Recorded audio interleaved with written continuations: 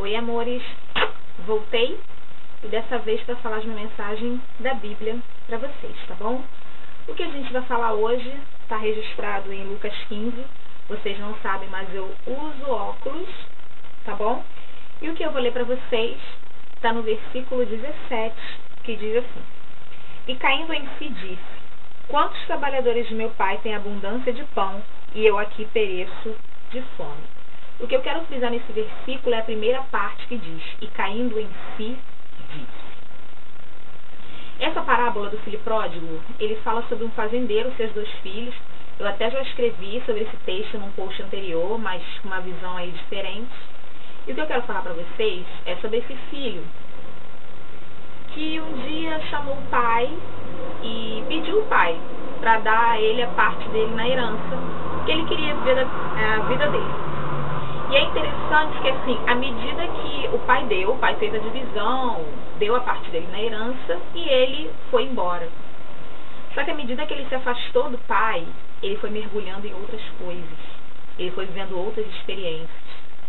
E a palavra de Deus diz no começo que ele ajuntou tudo, foi para uma terra longínqua e ali desperdiçou a sua fazenda vivendo dissolutamente. Ele viveu com umas meretrizes, ou, enfim, né, prostituição, uma série de coisas, conheceu mulheres, foi viver a vida dele. Eu não quero passar para vocês uma visão contra relacionamento, não. Até porque o que eu quero falar com vocês nem é a respeito disso. Só que à medida que ele se afastou do pai, ele foi desperdiçando tudo que ele tinha. À medida que ele se afastou do pai, ele foi vivendo conforme ele tinha determinado para a vida dele.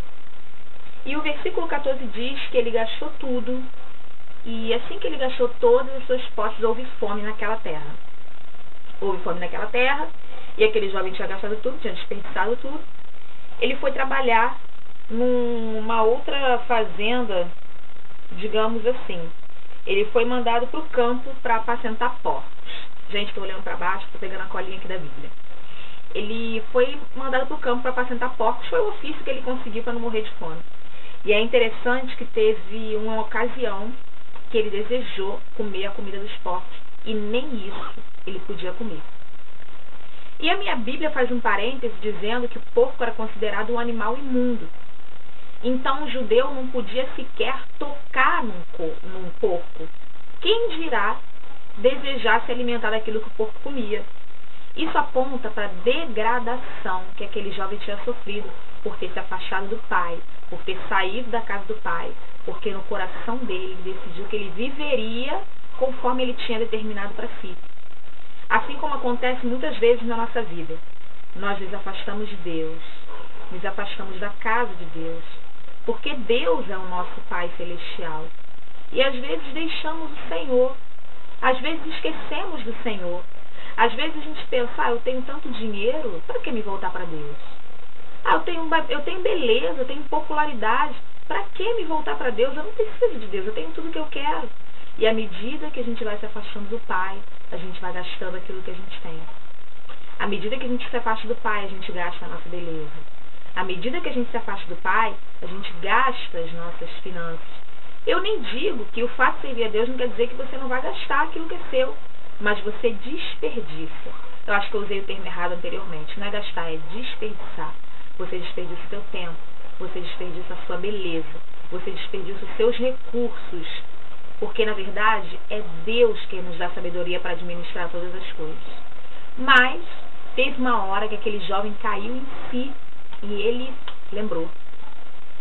Ele disse: Quantos trabalhadores do meu pai têm abundância de fome e eu estou aqui passando fome? Eu vou voltar para a casa do meu pai. Eu vou assumir para ele que eu pequei contra ele, que eu errei, mas que eu quero ser perdoado. E é interessante que o pai tinha certeza que aquele filho voltaria. Porque o pai conhece o filho como Deus nos conhece.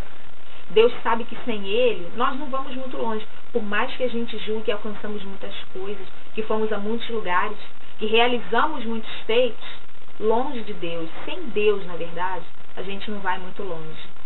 Não tão longe quanto Deus nos projeta quando estamos com Ele. E aquele pai estava ali esperando pelo filho. A Bíblia não diz exatamente quanto tempo ele passou fora, mas a Bíblia diz aqui, no versículo 20, e levantando-se foi para o seu pai. E quando ainda estava longe, viu o seu pai, e moveu-se de íntima compaixão, e correndo, lançou-se-lhe ao pescoço e o beijou. E o filho lhe disse: Pai, pequei contra o céu, perante ti, e já não sou digno de ser chamado seu filho. Mas o pai o recebeu diferente daquilo que ele esperava.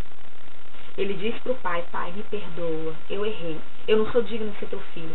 Se eu for teu empregado, já basta, para mim já está bom. Mas o pai fez diferente. O pai chamou os empregados e falou: prepara o melhor animal, vamos fazer aí, mata o melhor animal que vocês tiverem. Deixa eu ler o versículo exatamente para vocês.